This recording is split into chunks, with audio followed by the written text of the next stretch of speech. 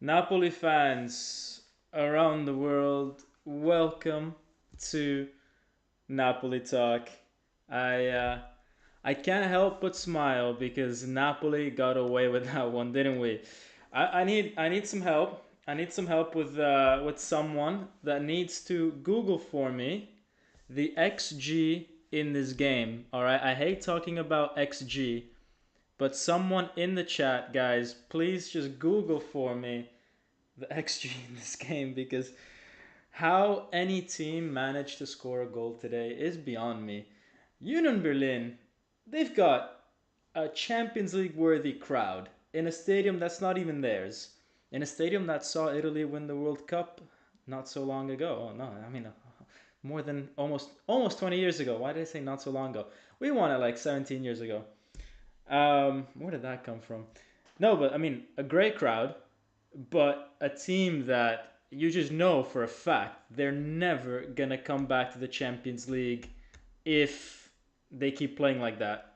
Because that's a poor team, and we're lucky to be in a group where actually the other team as well, Braga, isn't any good either, to be honest. And if we're gonna make it past this group, it's because of that. It's because we're with two teams that are honestly barely good enough for the Europa League, and that's kind of why we got away with it today. Now, someone, as I said, please Google the XG in this game, and EKW Googled it 0.44 to 0.25. EKW, let me know was I'm pretty sure 0.44 is for Union Berlin because that was tough to watch for us, man. I honestly, apart from our goal, I don't think we had any other chance, even remotely close to goal. Maybe that one Elmas shot, but that was absolutely, guys, ridiculous. So let's. Ooh, I'll give you guys a little hint there. Let's take a look at first off the Napoli predictor uh, game here that we have going on. This is not based on this game today against the Union Berlin game because we don't consider the Champions League, but this is the Serie A game. I just wanted to give you guys an update before we go into talking about Union Berlin. It's a very close match between Brian and Osam and Aaron at the top, guys. So if you guys want to participate in the predictor game, link is in the description. Make sure you just click on it and play. Now I'm gonna add the little I'm gonna add the little thing here where we can see the, I guess, the PowerPoint is what we call it, with all the stuff about this game. Let's analyze this game, guys. And forgot to do this before we went live, so here we go. Let's resize that. Let's put it in front. All right. See, we're now you guys get a little sneak peek into what I do before we go live. All right. Let's drop that in here. But before we talk about this game and exactly where Napoli got caught out at times, let's see what you guys have to say in the comments. So Tariq says, "Hey Dom, what's up, Tariq? How you doing?" Valerie says, "Hi hi." Tamiga says, "Natan, Kvara won this game," says Monhern too. Yeah, guys, Kvara and Natan today. Oh my god, these guys carried this team. Natan, I mean, he's an unexpected hero of this team. Kvara, now we're kind of getting used to it. And Kvara, I think ever since he's gotten married with Nitsa, his wife, ex-girlfriend, not his ex-girlfriend, you guys know what I'm talking about, his old girlfriend and now wife. Since they got married last week, he's been playing extremely well. I found out, basically, I mean, I connected the dots, and I believe Kvara was not playing so well for the last 6 months before last week. It's because he was worried about all the expenses related to weddings and organizing it. Now that's out of the way, he can concentrate back on his football. Let's see what some of you guys have to say in the chat. Anthony G says, brutal first half. Does Cahoos know how to play football? In fact, he got taken out in between the first and second half. Guys, Cahoos, I'm going to give you guys a little sneak peek. He's one of my two flops of the match. And He lost the ball so many times. We'll see it in the slideshow here, guys. Thank you guys, by the way, for the over 100 of you guys that are watching this live right after the game. Guys, smash that like button, please. I know you're watching this on the full screen, but just smash that like button, all right? Because it really means a lot to me. But yeah, I mean, the whole thing with Cahus is that he had a great game last week.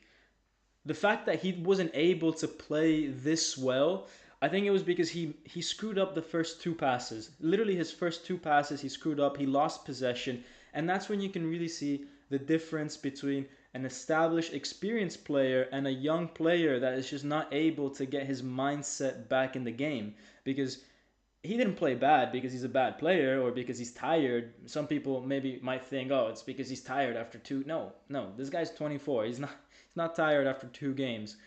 What happens when you're 24 and it's your first game in the Champions League is that all it takes is one or two bad passes, one or two dispossessions, and that can absolutely kill your confidence. That's what happened with Cahus. He seems to be a player that relies a lot on confidence. And he took a lot of time to recover after that first mistake in the first game of the season against Frosinone.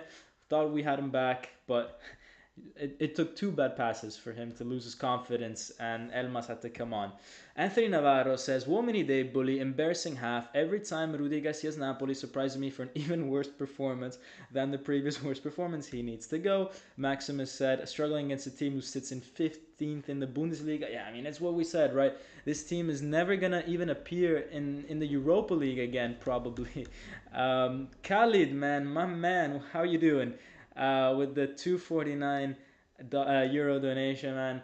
Big shout out to Khalid. Let's celebrate their first super on Alive, says the comment. Oh, that's actually YouTube's comment.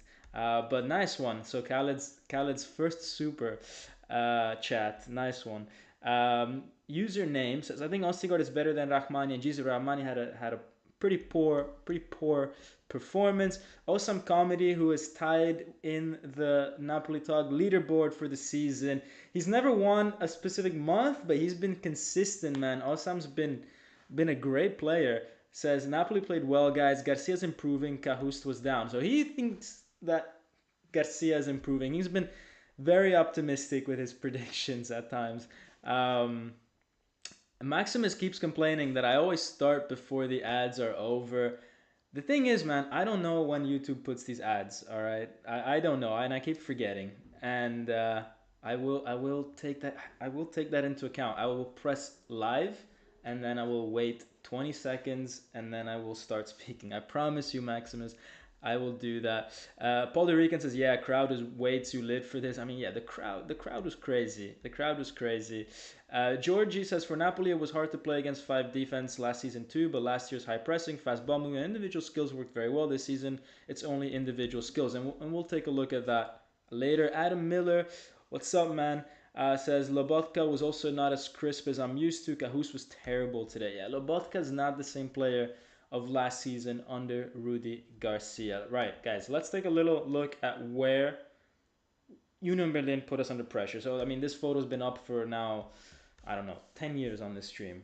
But it was very clear that this is what Union Berlin were trying to do.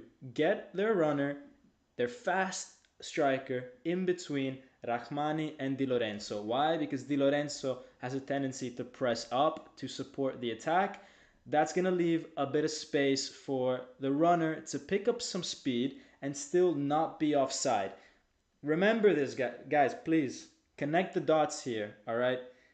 Remember, later on, there's an offside where Union Berlin score and the goal gets disallowed. That happens on the other side of the field. On this side of the field, he doesn't get caught offside even once because he's got all the time in the world to adjust his run.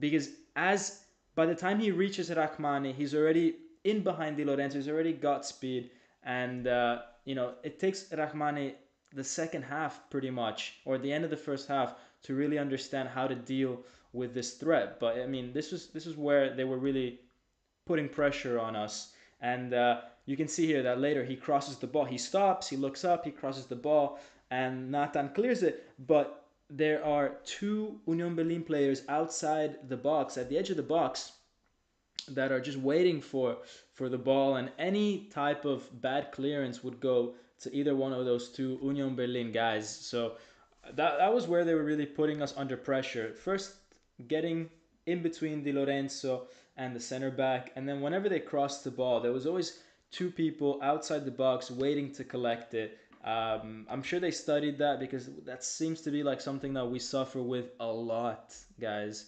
Fabrizio, ciao Fabrizio, come stai? It says, hi Dom, great win, but not a good match. Forza Napoli. I 100% agree. And in fact, this analysis is just going to show everything that we did wrong and how bad of a game it was. It's not even that we did something wrong. It's like we did something wrong. Union Berlin did so many things wrong. It was just a horrible game of football. And as someone else before said, I mean, the XG was 0.44 to 0.42. That's embarrassing in the Champions League. Right, now let's look at why we move the ball slowly. There's this. I love this view. When broadcasters give me this view, it's amazing. I can finally see the full field. I can finally take a screenshot where you can see what actually is going on. And here you've got Natan passing the ball over to Mario Rui. Now, there is no pass available right now to Mario Rui to play first time. Probably not enough of not a clear pass for him to play even after he controls the ball. That little X, or the little white X, is where a player should be already when Mario Rui receives this ball, so that if Zielinski is there, he can then he's in the space, and then he can pass the ball forward to Kvara or pass it down to Lobotka or do something. But right now, it's super slow, because imagine Mario Rui has to get the ball. He stops it, looks up, there's no one there, has to wait another second. Then when Zielinski finally gets there, you've already lost a second and a half, and that's a lot in football, losing a second and a half. Zielinski has to be anticipating to be in that position, to be in between the lines. But in this case, it had to be between the strikers and the midfielders, and not the midfielders, not between two midfielders. So we're just missing being in the right position at the right time to collect fast passes. I mean, if Zielinski was there, it could have been a fast, quick pass to Mario Rui. It would have changed everything, right? But we're just super slow. We're just super slow, guys. Let me give a shout out to Anthony Navarro, man. Thank you, dude, for the support. Not necessarily for just today, but just in general, man. I mean, he's been an OG supporter of Napoli Talk from day zero. Says for, even before I probably started on YouTube. Anthony Navarro says, Forza Napoli sempre. If we play this way versus Milan, I may cry. Yeah, I'm not looking forward to that game. But then again, I mean, I saw Milan Juve, and those teams, if that's the type of level that Italian football is at, man, wow, we are, we're screwed. And no wonder the TV rights were sold for the next few years at a lower amount than the previous years, because the football at times is just ridiculous. I mean, that Milan Juve game, what was that about? Ridiculously bad football. Anyways, let's move forward. This is an example of why Cahoust was taken out of this game. He receives this ball, doesn't know what to do with it, loses out, and then Union Berlin are quick to get their men close to wherever there's a scrap in the middle. Whenever there was any type of possibility for a 50-50 tackle, you just see this crowd of Union Berlin players come to gravitate towards the ball. And here you can see that whoever tackled Cahoust, there's three Union Berlin players ready to match Politano. Obviously, guys, when it's a 3 against 1 like that, you're going to have that Union Berlin wins the ball. And that's what we were struggling with so much in that first half, is that we were not winning any of the first balls, because Union Berlin was always there. They put the pressure. The difference in the second half is not that we played better. Let me be super clear. We didn't play better in the second half. The second half, what happened was Union Berlin dropped physically. They were not able to always be putting so much pressure onto us, so much pressure, especially not pressure as in being high up the field, but just pressure on the second balls. So the ratio of second balls that they want dropped massively, and that's when then we were able to do a little bit more with the ball. But I mean, until then, until they dropped physically, we offered absolutely no threat to them, and we just didn't know how to break them down. And that's something really really bad. And the worst part about losing the ball like this and not being attacking it once again once we win it back is the fact that when Union Berlin does receive the ball, when they do win it back, we leave them with so much space to go and attack us. So my recommendation to Garcia is, look, if this team isn't capable of being there for the second ball, at least make sure you're covered for when the other team hits you on the break. Because if this was Leao, it would have been a goal. But instead, we have Union Berlin, who are 15th in the Bundesliga. They get the ball and they're not able to be dangerous or dangerous enough with it, because actually they do get all the way down to the bar line, and they put in a dangerous cross actually. And here at Rahmani, he's taking some time to come back from this injury, guys. He's been late on a few tackles in the past two games. He's not read the situation very well, and here he's very lucky to get away with not getting a yellow card. He then gets a yellow card later on for protest with the referee, and it's just like, my guy, it's the 20th minute. Why are you getting booked on the 20th minute for protests when you're struggling to deal with one of the defenders in this game? This is a huge lack of experience, which he then makes up for later on. But this can't happen at this level, and we can't always be giving excuses out to players coming back from injury. I mean, guys, it's his second game now, and he's not exactly up against Ronaldo El Fenomeno, right? Um, Before I move on, man, thank you, Napoli Nation TV, guys. Make sure you check Daniel Bone out, man. That's the OG Daniel Bone. That's a big friend of the channel. Thank you, man, for the 4.99. I hope you're doing well, man. And come back to Italy whenever. And let's grab a pizza, man. Awesome Comedy says, I'm seeing a black three coming slowly. A back a back three coming. What's that? Oh, for the defense, maybe, man. Maybe we might play with three at the back, but I don't know. I mean, we had three center defenders. I mean, we had three of them at the end, right? With Ostigard and Natan and Rachmanian. Look, guys. I mean, I don't have a problem with us playing a certain way to defend the result, but if we do this against Union Berlin, 15th in the Bundesliga, what are we gonna do when we have to play further on in the competition? Because this team, no matter how bad they play, is gonna make it out of this group stage. I'm pretty confident, right? I don't think Braga and Union have enough quality themselves to make it out. We're gonna make it out. We're gonna have to face guys like Bayern Munich, guys like Barcelona, guys, better teams. What are we gonna do? How many defenders are we gonna have to put on? Is Garcia gonna put on Ostigard and Juan Jesus next time? I mean, what's happening here?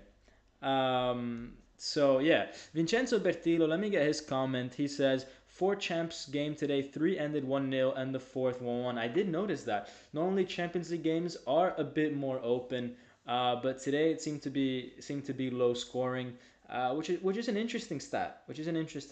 But either way, I I'm not gonna read too much into that. I think the fact is that the way that the Champions League is going in a lot of the groups, the teams that faced off today seem to be relatively well matched. The problem is that Union Berlin and Napoli shouldn't be well matched. It should be a more convincing victory by Napoli today. Right, let's go to a bit later on in the game. 5 minutes later, we can see here again another dangerous situation coming from that left. That left hand side was a real pain for Napoli. And here, we try to clear it, and they have a shot. Gosens, I think, it's has a shot that goes wide. But I mean, first sort of alarm bells that we're getting caught out unnecessarily in defense. And then we get to Union Berlin's offside goal. And here it's a very similar story. A run being made in between the fullback and the center back. This time, though, you can see that the speed that the defender wants to get at, uh, because Mario Rui is not as far forward as Di Lorenzo usually is, and the forward doesn't want to start too far back compared to the center back, the speed that he ends up getting, or like when he calls the run, the speed that he ends up having by the time he calls the run to the guy who has the ball takes him offside. So this was less effective for them down the left compared to the right. I don't know if I'm making too much sense. I mean, in my head it makes sense. If it doesn't, I don't know. I'll try to do a separate video about this whole thing. But anyways, it's offside. What really bothered me though about this was not so much how Natan got dribbled past, because I think the dribble that was made was quite nice. He faked the cross. He went, okay, fine, that's fair enough. It can happen. The appalling thing was how Rahmani tried to tackle the oncoming striker. That was bad. He had his body in all the wrong shapes to try to get to that ball. Again, an experienced defender of Rahmani's level should not be with his bottom on the floor trying to block a cross coming in like that. I mean, the cross didn't even come in, right? He got cut out. He got sent for a hot dog there, which is not good. Just not good. And then talking about little things that bothered me in today's game. I mean, how was this not a yellow card? The referee is looking right at Zielinski being taken down on a counterattack.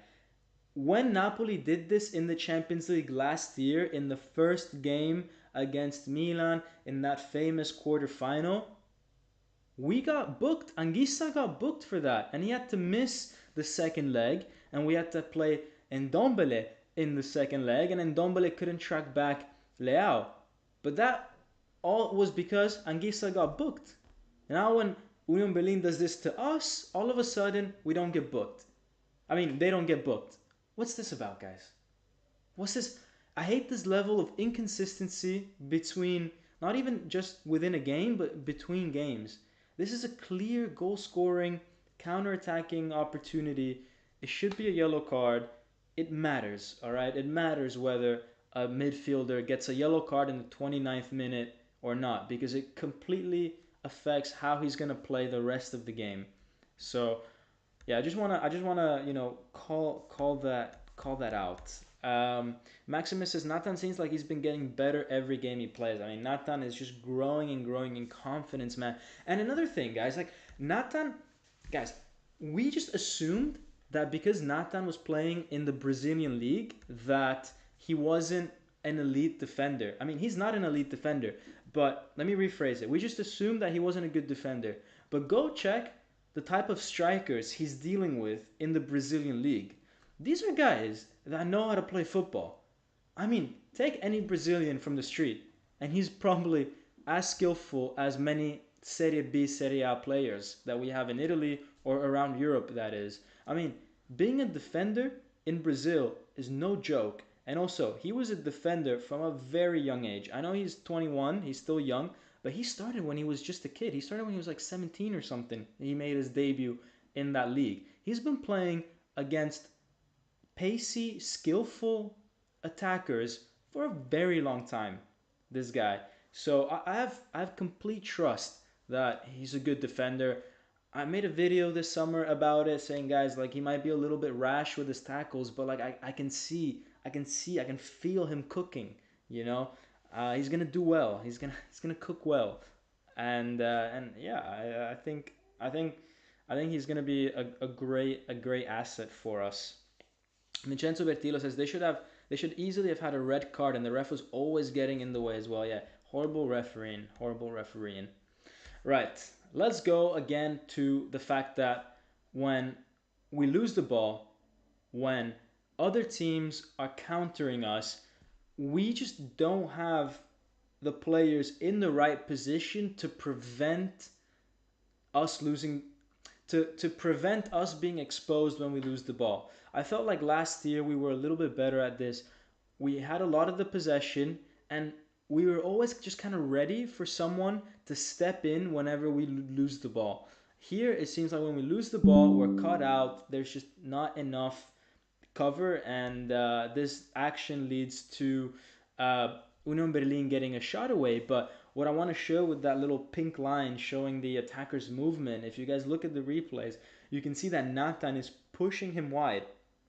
Natan doesn't let him go straight towards Meret's goal and be caught out in a situation where the striker's facing the goal directly. Natan edges him ever so slightly away, make sure that the angle is super tight, and in fact, if Meret is doing his job on the front post, he would save that shot. Otherwise, it's more likely that actually the shot goes wide, which is exactly what happened. But I mean, this is again, I think, a very underrated move by Natan. I feel, and one that, guys, not every defender does actually. So let's move a bit forward here. Like, take a look at the time. All right, take a look at the timestamp. There's a long ball being played from the goalkeeper. It's 37:58. All right, and you'd think that if Rahmani wins this ball, Kahust and Lobotka are in an ideal situation to recover any of the scraps. Instead, the possession is so clearly in favor of Union Berlin, and within the 1 second that they take to win the ball back, in the next 3 seconds, Napoli is unable to close any of the passing lanes for any Union Berlin player, whilst Union Berlin in 3 seconds is able to make sure that whoever recovers that second ball has five minimum passing options, either laterally or in front of him. That's what put Napoli under pressure today. The fact that we would lose these balls, these high balls that would come in from the goalkeeper, we'd lose them every single time, and we were not able to support our players, if we received it, and when they received it, we were not able to close any of the players that supported their own teammates, the Union guys who supported their own teammates. So, guys, that's what was happening. Avenza, what's up, man? Go check out his music, man. Avenza makes great music. How you doing, man? He's a man spitting wisdom. Thanks, bro. See, I know all you guys commenting. I check you guys out, Um, but yeah, no, good to have you guys here in the chat. Anyways, let's move forward, right? This is what I'm talking about though, where Rahmani starts to get a little bit more in control of the situation. You can see here, I keep saying Braga, guys. Union Berlin plays that same old pass in between the center back and the right back that we have. In this case, actually, our right back is way up in the field. But anyways, they play this pass, right? And interestingly, Rahmani knows at this point that this opposition is fast. What does he do? He doesn't try to beat him on a race. He uses his physicality to literally push him out of the way, right? And you can see it from the way that he's running, and you can see that the Union Berlin player is trying to go towards the ball. He's pointing towards the ball, and Rahmani is just using his hand to just get him away and try to make him go around. Try to make the Union Berlin player go around and make a, let's say, like a bigger radius for him, whilst Rahmani gets the inside. It's like Formula One. Rahmani gets the inside of the corner. No, but literally, that's what Rahmani did, right? He just basically disrupted the run of the Union Berlin player by getting super tight. And sometimes we are under the false impression that when you've got a faster attacker against the slower defender, that the defender has to take a step back so that he doesn't get caught in behind. The other tactic is this one: get super close to him and push him out of the way. Make him use his strength rather than his speed.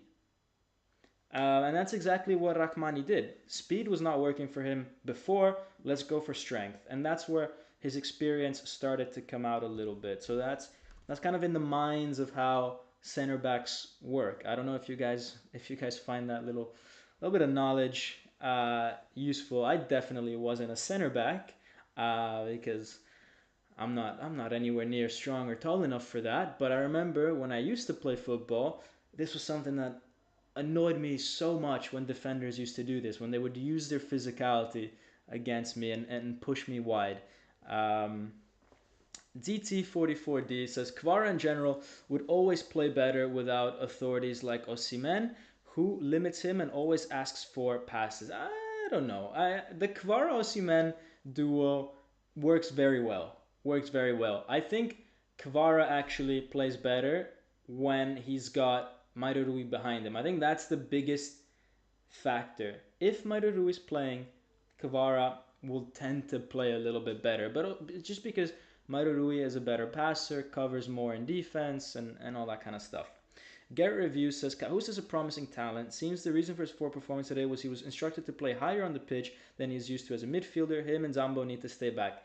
Whilst I do kind of agree with that, as I said before earlier in the live, he screwed up his first two passes, got dispossessed, his confidence tanked. That's what happens to young players.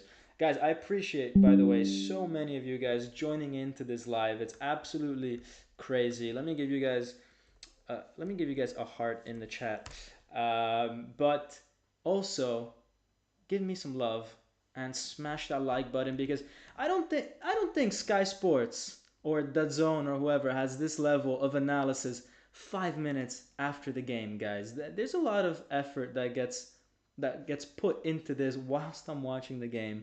So just give me some love, all right? Because I need it after that horrible performance by Napoli. Anyways, um, so that's what was happening. How did we get to this goal? All right, this. Oh my God, this goal. It's the goal that I was the most mad about in such a long time. Like usually when Napoli scores, like I'm happy. Like I'm a normal person, all right? I don't think I'm a psychopath. I'm happy when Napoli scores. But today, I was mad. I was mad because this was worse football than what I could see at the local park if I put a bandana in front of everybody's eyes. Honestly, what was this? The only good thing out of this goal was the fact that Kvara had a great piece of dribbling to beat his man, and the fact that we were pressing. Finally, we were pressing. But everything else was horrible. Let me explain what I mean by this. All right, so here you've got Kvara pressing the guy on the ball. And if you guys watch the game back, you can see the literal panic in his eyes. He takes this little half step, literally what you do when you panic and don't know what to do, just hoofs it up. All right, he hoofs it up. We win the ball. We lose the ball. It goes back to Union Berlin. Union Berlin hoofs it back up because Raspadori now is pressing. We lose the ball. It goes back to Union Berlin. They try to play another pass through. Rahmani this time intercepts it. We lose the ball. Mairo Rui and an Union Berlin player go for the ball again. Mairo Rui does a little spin, somehow is able to win the ball here.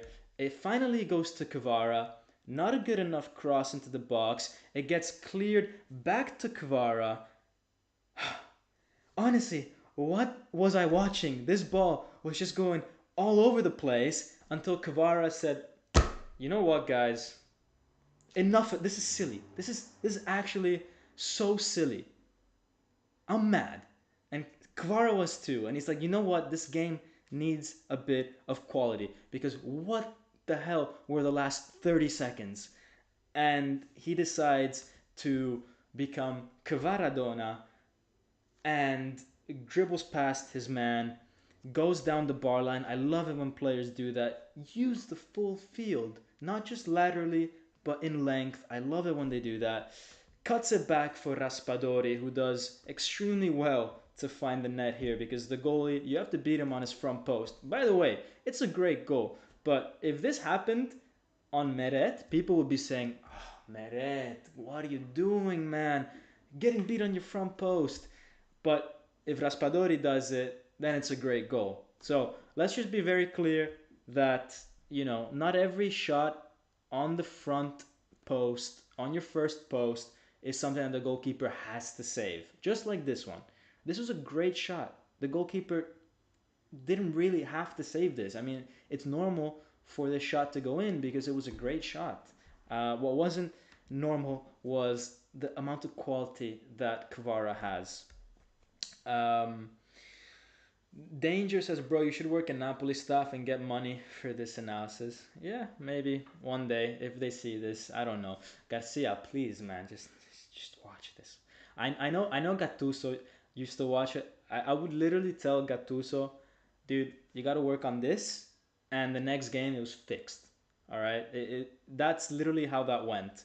Um, Spalletti, not so much, and we won the title. So I'm not taking any credit for that. But Garcia, man, come on, just I can help you out. All right.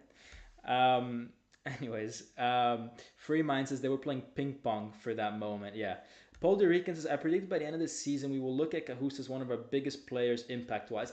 I honestly think he's a great player. He's a great player, but he seems to suffer a little bit on the whole mentality aspect, which is on the one hand very good if things are going well for you because you're one of those players that will try you will try something fresh, something unique, something you will get into that box, you will take that shot, and more often than not, that goes well. These are the same players though that as soon as something doesn't go well, they just tank completely, and that's a bit of an issue. All right, so that's Napoli's goal, and then after Napoli's goal, it was the Natan show. All right, first with his ability to intercept passes. All right, this was a great piece of reading here. Ball coming in through the middle, Natan there to intercept. Um, Before we get to his other moment of brilliance, I just want to point out that we keep making the same mistakes from set pieces. Last time it was Valverde that punished us. A few years ago, I remember back 2 years ago when we were playing in the Europa League, again, European football, against Leicester, set piece, cross comes into the box, we head it out to the edge of the box, not enough pressure is being put, and I can't remember who scored, whether it was James Madison or Drinkwater, I don't remember honestly. But one of the Leicester midfielders took a great shot from outside the box and scored. Valverde punished us just last week on that. This is a deficit that we have that we've been carrying for now 3 years, and we still haven't been able to address it. Maybe last year we addressed it to a greater extent. We also conceded less against us, like less set pieces, less situations like this. But we got to go back to like fixing this issue because so many teams are just catching us out with recovering the ball at the edge of the box. This time they didn't shoot it; they passed it out wide, and the cross came in and it went just wide from Meret, right? But there was so much wrong with this. The amount of time that they had to find this pass, the amount of time that they had to find this cross. I mean, this guy could literally cross it to whoever he wants because no one's pressing him. And Oliveira obviously can't press him because he's got to worry about the man he's marking. Maybe it's up to Kvara here. I don't know, but I mean, something needs to happen where he's not even in that situation to receive the ball in the first place because once he has that ball there, it's already too late. It should like stop the supply even before the cross is even able to be materialized. Um, and we're just not able to pick up those balls outside the box. Um, then is this finally when we get to the Natan? Yes, this is when we get to the Natan thing, guys. This moment here was the only moment that I actually let out like a yes, in the whole game. That's the only time because for the goal I told you I was mad. I was mad about the goal. I was like, how can we be playing? How can we be scoring a goal that's from such a bad piece of play? You know, even though I was super happy about Kvara and Raspadori, but still, I was mainly mad. This one was, oh my god, man! I let out like a very big shout here, and not as big as this guy's. This guy, I mean, he is he's got that dog in him, Natan.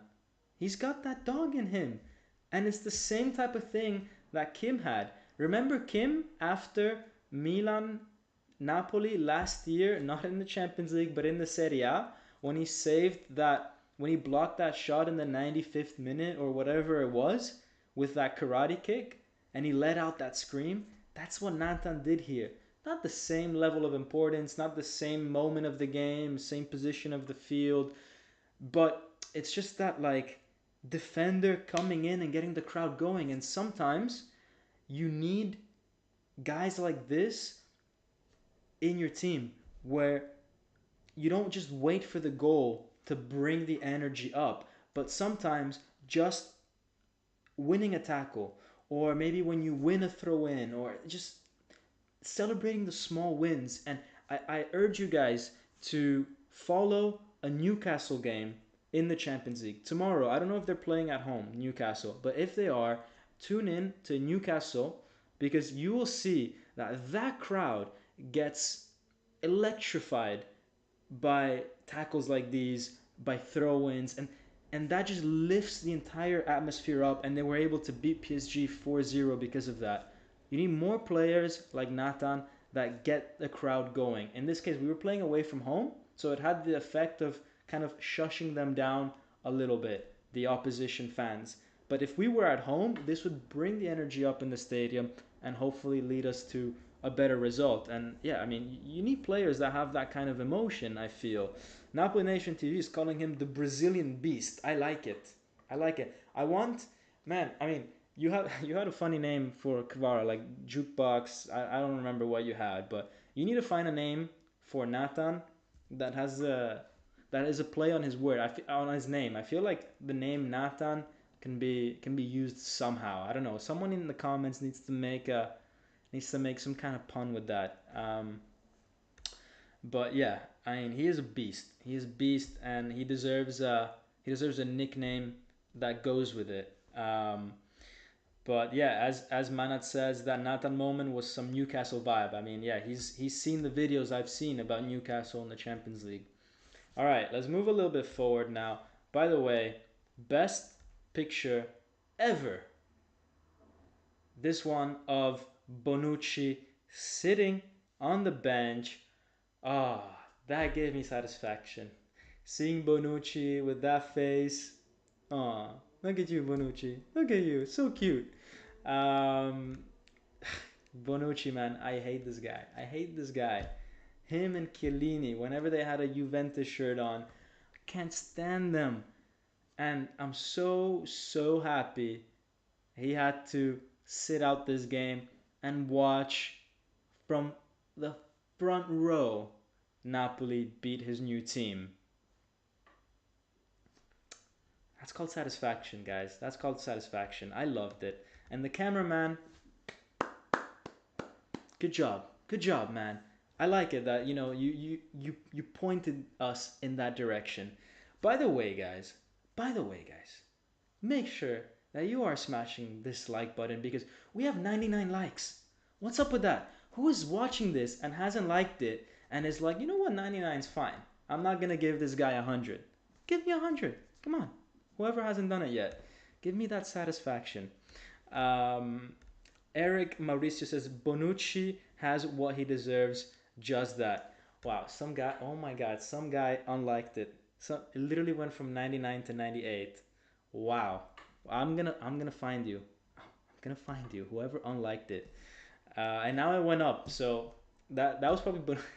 You know what? That was Bonucci. That was Bonucci, guy. Bonucci, man, if you're following this, I'm sorry, man.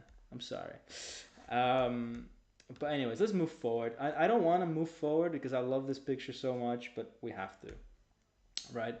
And we get to the moment where On the one hand, there was Natan that was carrying this team defensively, and it was Kvara letting this team breathe when he would take this ball from the left and just go up like 60 meters, which, if you're American, is a lot. It means a lot. It's like, I don't know, 70 yards or something. Um, Probably more. But he went up with that ball and just allowed Napoli the chance to breathe, because more often than not, we would get a throw in here, the whole team would move up. That's exactly what you have to do. And Kvara got taken off later, when Kvara got taken off later, is when we struggled the most in this game. Because Garcia, bro, I get it. You're trying to bring on Ostigard because you're worried about set pieces, you want an extra defender. But if you take Kvara out of this game, we don't have any more chances to breathe.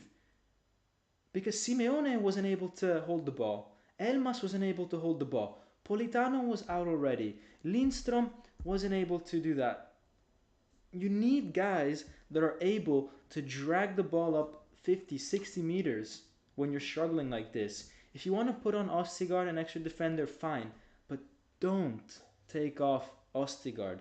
Don't take off Kvara for Ostigard, because you're putting a bandage somewhere and opening something else somewhere else. And I didn't agree with this change. And in fact, we suffered a lot in the next 5 minutes, because it was just relentless at that point from Union Berlin. Because whenever we cleared something from the box, there was no one to bring the ball forward anymore. Um, I love the Napoli Nation TV Kino smash like button Juventino. I love it, man. I miss going to the Maradona, and I miss it when it was the old San Paolo, man, and the Chi non salta Juventino. It basically means like whoever doesn't jump is a Juventino, and everybody would be jumping. I feel like that was more of a thing like 10, 15 years ago than it is now. Um, and I used to love it. That was my favorite. That was my favorite chant ever, or my favorite thing. Just jumping at the fact that I'm not a Juventino. They should do that a bit more often. But I don't know. I guess vibes in stadiums change over time. But anyways, um, let's go a little bit forward. I'm almost done. I don't want to, as I said, I'm not against Ostigard coming on, and I want to emphasize that with this screenshot. I mean, he was very useful as a bit of a sweeper, libero type of guy, but whenever that ball was chucked out from the box or whatever, there was no one there good enough to collect it, to the point that when Simeone had the ball and he had to hold it up, his first thought, I mean, Simeone, what are you doing, man? Like, if this was Kvara, no way he would be passing the ball back. He would be running like towards the screen, right? Like towards the touchline. Go as far down the opposition corner flag as you possibly can and hold the ball.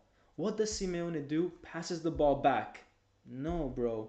Not at that area of the field. One thing is when you receive the ball from the goalkeeper and you're in the middle of the field where like the center circle is, and you pass it back to one of your midfielders so the team can come up. That's a completely different situation, different area of the field. One thing is when you're still in your defensive third and you pass the ball back like that on the 93rd minute and you make a mistake because it wasn't even accurate. It went to a Union Berlin player. Like, he put the team under so much pressure here. And I was just very disappointed in Simeone's performance today, because he came on to try to help us breathe a little bit, and he just wasn't able to, and didn't trouble the Union Berlin defense enough. I don't know if you guys picked up on that as well, if you had that same feeling about it, but I don't know. Anthony G says Camilo Zuniga with the most legendary Clean Salta performance ever. Top lad for that. Guys, if you don't know the story, I was there. I was there at that game. Maybe Anthony was there. But basically, throughout the summer, there was talks of Juan Camilo Zuniga go. He was our left back. For those of you who are new to supporting Napoli, he was our left back in like the 2011. I think this was 2011, 2012, 2011. So this 10, 11, 12 years ago, there was rumors of him going to Juventus, and I mean the deal, guys. I don't know if this guy had an appointment to sign right after the game, right, for Juventus or not. But I mean that's how close we were. And then all of a sudden, this chant of "Chi non salta Juventino," Juventino, so whoever doesn't jump is a Juventino, started going around in the stadium. Everybody started singing that. I mean, this whole stadium was shaking. And then you see Juan Camilo Zuniga, who all the papers are saying is going to Juventus, just start bouncing up and down as well. And everyone's like, ah, Zuniga, because obviously he's jumping over the fact that he's not a Juventino, so that he's not going to Juventus anymore. And it was just, oh my God, Zuniga, you legend, you absolute legend. I think at that point is when I think he was genuinely about to sign for Juventus, and then at that point, the heat of the moment kind of got to him. He started bouncing up, and he realized, man, what am I going to Juventus for? This is where I belong. This is what I do. This is where I am, and yeah, he's just the goat of a left back, man. The first I think one of the first inverted left. He was a right-footed left back, and he was having a great season until he got injured. I think it was in the game against Dortmund in Dortmund in that famous year that we all got stuck at 12 points in the group, and then he just never really recovered. He recovered just enough to almost paralyze Neymar in the 2014 World Cup when he kneed him in the back, and Neymar missed the semi-final against Germany, and so then all of Brazil had literally a urinarism, an aneurysm, a collective aneurysm of the fact that they lost 7-1.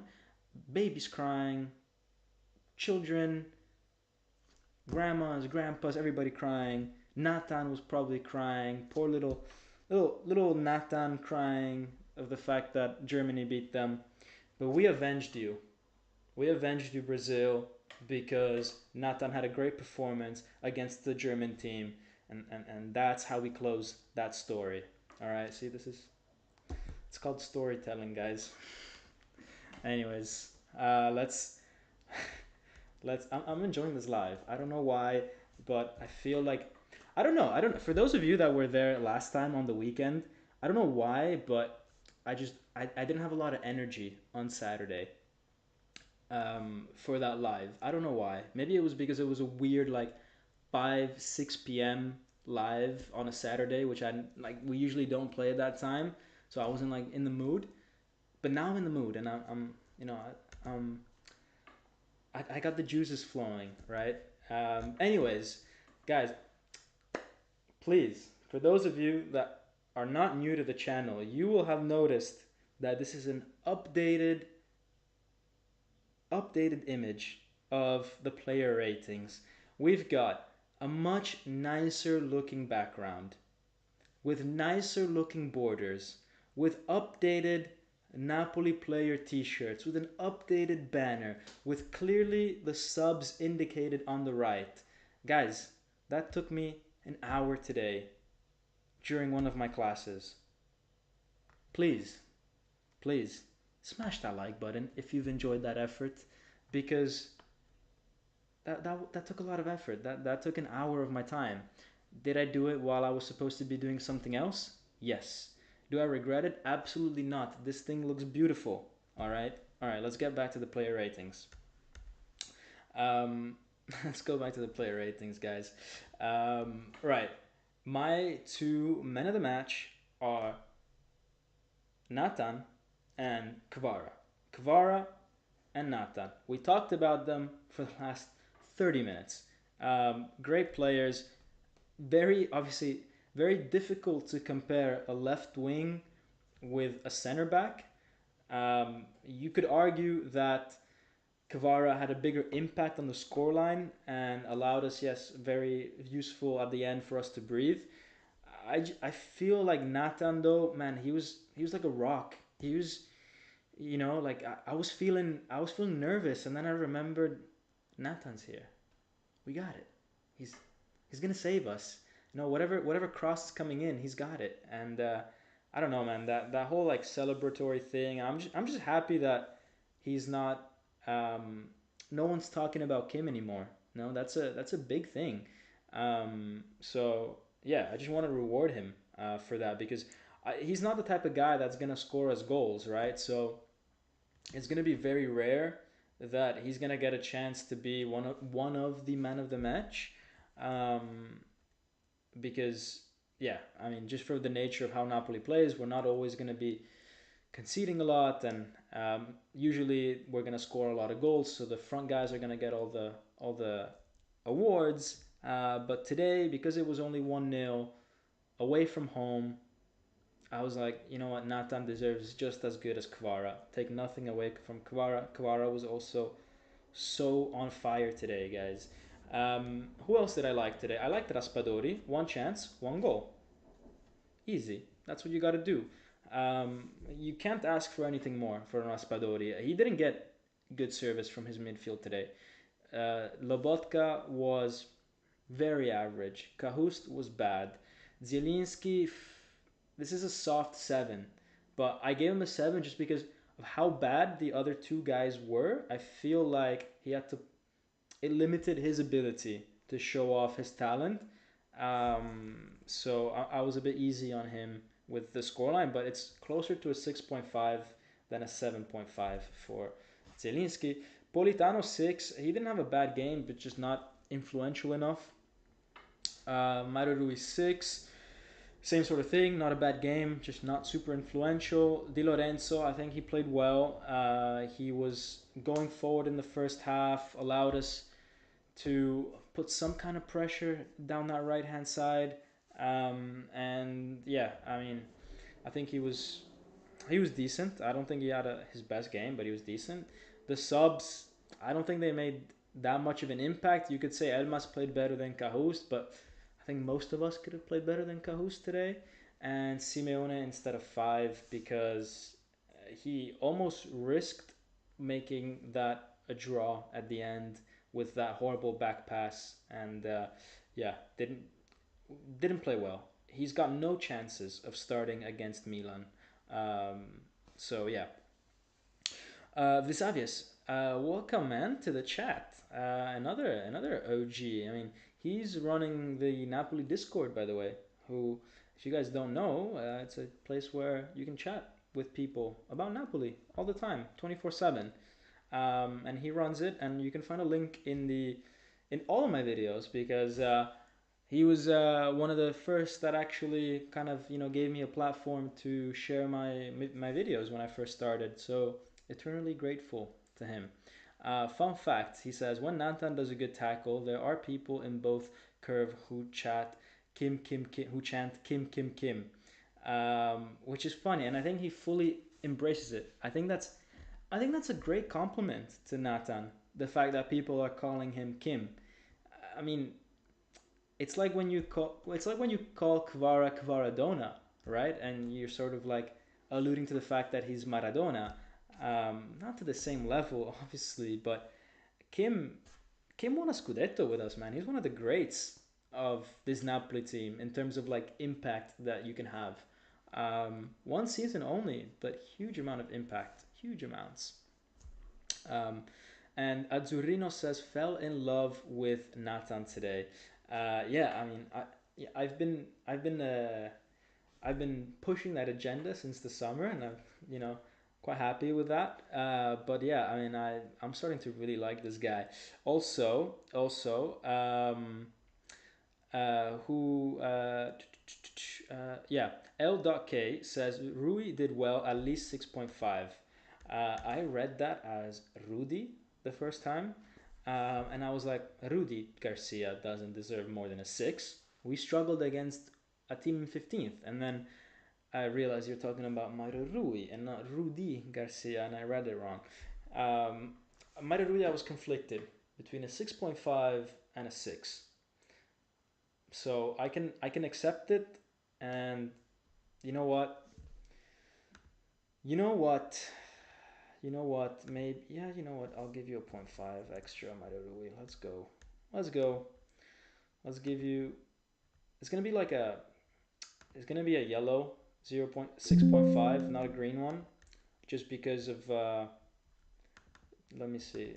Just because of the fact that the five the six is already in yellow, and so I don't wanna. I don't have different colors. But there you go. Edited that live. There you go. 6.5. There you go.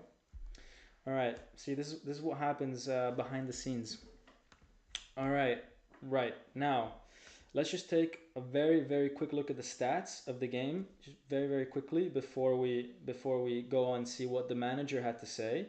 But just very quickly, guys. Just I'm not gonna bore you guys with this, but the amount of fouls by Union Berlin, 21 fouls, is a lot. They were really bad with that, and kind of broke our tempo a lot, especially in the first half. Um, and I mean, I wish this could say a bit more about our XG and all that, but what I really then want to look at really is this table. Real Madrid 9 points. They beat Braga 2-1. That's a great result for us because we need to push Braga and Union Berlin as far down as possible. Our objective is not for Real Madrid to lose points. Like if they drew today and Real Madrid was at 7 and Braga at 4, it keeps Braga within touching distance of us. We got to play against Madrid in the Bernabeu. So, not easy to do that. And I think we just have to assume that we're not going to pick up points there at Madrid, and so I mean Madrid can or maybe that we're not going to win, that we might as at most draw against Madrid. So we shouldn't be keeping them too much into our thoughts. If we do get a win, I mean great, right? But let's not let's not pretend like that's our target. Our target for the way that we're playing football is to make sure that we finish second, and then we'll see come January whoever we get. We'll face that issue later in January. All right, but that's that. Let me remind people, by the way, to sign up to the Napoli Talk Predictor game. Link is in the description.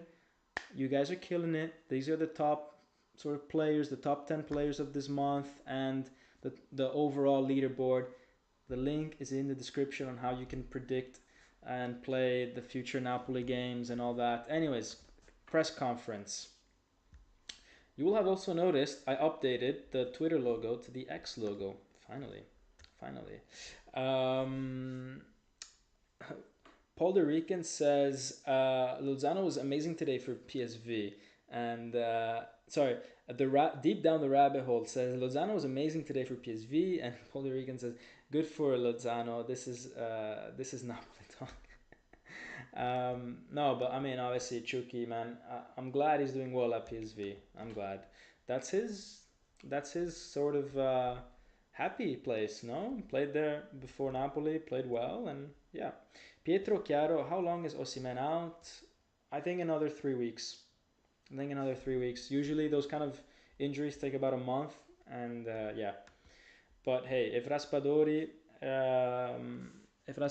keeps doing one chance, one goal, fine by me. Fine by me. Although we missed Osimhen today. Osimhen was a big miss today. Let's go and see what Garcia says, guys. Let me translate to you guys what he said in the press conference, what he said to Sky. Also, Raspadori spoke to Mediaset. Politano spoke to Mediaset. Um, he spoke to Sky. Okay, let's start with Raspadori and Politano, and then we'll get to Garcia. Raspadori to Mediaset. He says it was a game where we weren't able to be very brilliant on a technical level. These are ugly games, but it was fundamental to come back to Naples with 3 points. For us Italian, I was 6 years old when we saw Italy win the World Cup here. So for me, playing in the stadium was a dream come true. It was an incredible stadium, and winning away from home in the Champions League is always difficult. It was important to win. We didn't do a very good game, but it was important to win. Let's see if he says anything different at Sky. He says, in the central areas of the field, I feel like I'm more at ease. I'm better with my movements. I'm better to free myself from whoever is marking my shoulders. Um, Speaking about being centrally as opposed to being put on the flanks. Um, and let's see.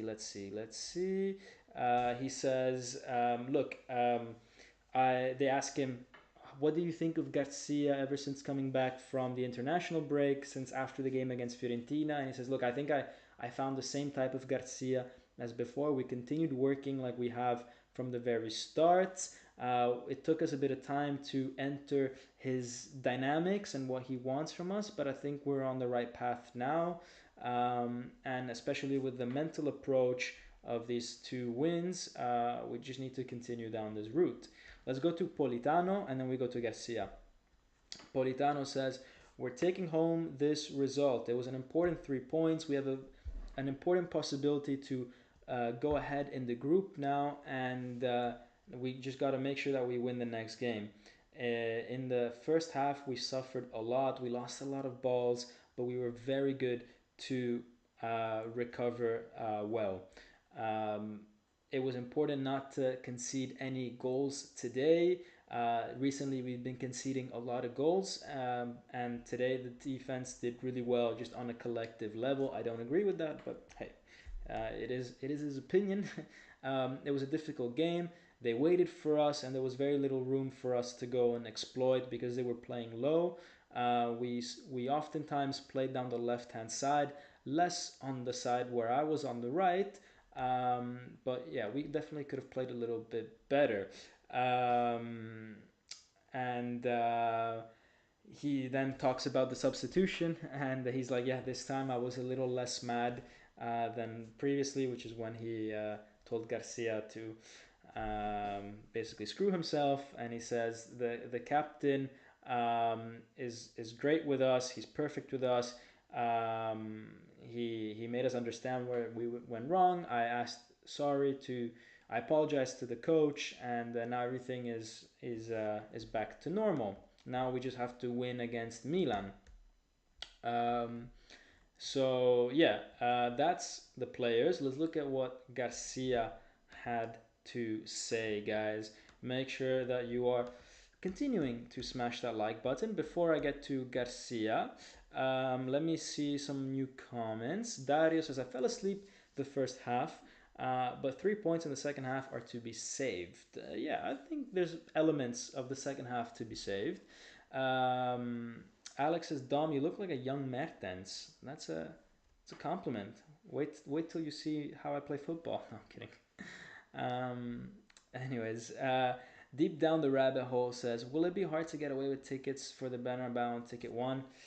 Yeah, it'll be difficult. I don't know where they're selling the tickets for the Real Madrid game. If it's on Ticket 1 or on Real Madrid's official website or wherever that is. I don't actually know. Anthony Navarro, man, thank you again for your support. Says, I'm waiting for the team to play comfortably again. Yeah, this is it's gonna take time, man. Or maybe not. Maybe we're just not gonna be comfortable with Garcia, and we have to be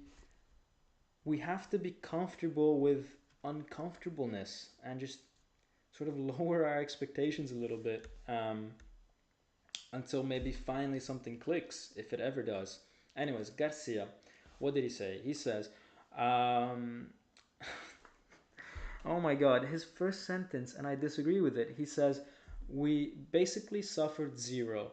This is Garcia, guys. I cannot believe what I'm reading. Garcia, the first thing he says to the press is, we basically suffered zero. I mean, I get it. Union Berlin's XG is not that high, but they scored a goal in offside, um, which, okay, you could say that it doesn't count, but still we suffered. They were, I think, um, there was a spine on the left. There were a spine on the left flank for us. Um, in the end, we suffered. I was biting my nails. So, oh man, this guy. but he admits that we were not too dangerous offensively. We knew that this game we had to fight for the ball everywhere. We knew that Union were gonna put it their all because they came from 8 consecutive defeats, and statistically, it's easier to get a result after so many negative defeats than if you were on an 8 game unbeaten run, for example. In the first half, we lost too many balls. We did better in the second half.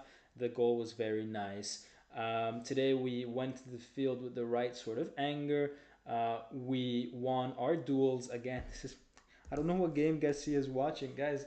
I just spent the last hour telling you guys how and showing you guys, not just telling, like I have proof, showing you guys how we were losing so many battles. We were second almost everywhere, and Garcia says, "Oh yeah, today we won a lot of battles." I can't with this guy. And he says the goal that came from Raspadori came after two balls that Mairo Rui and Rahmani won.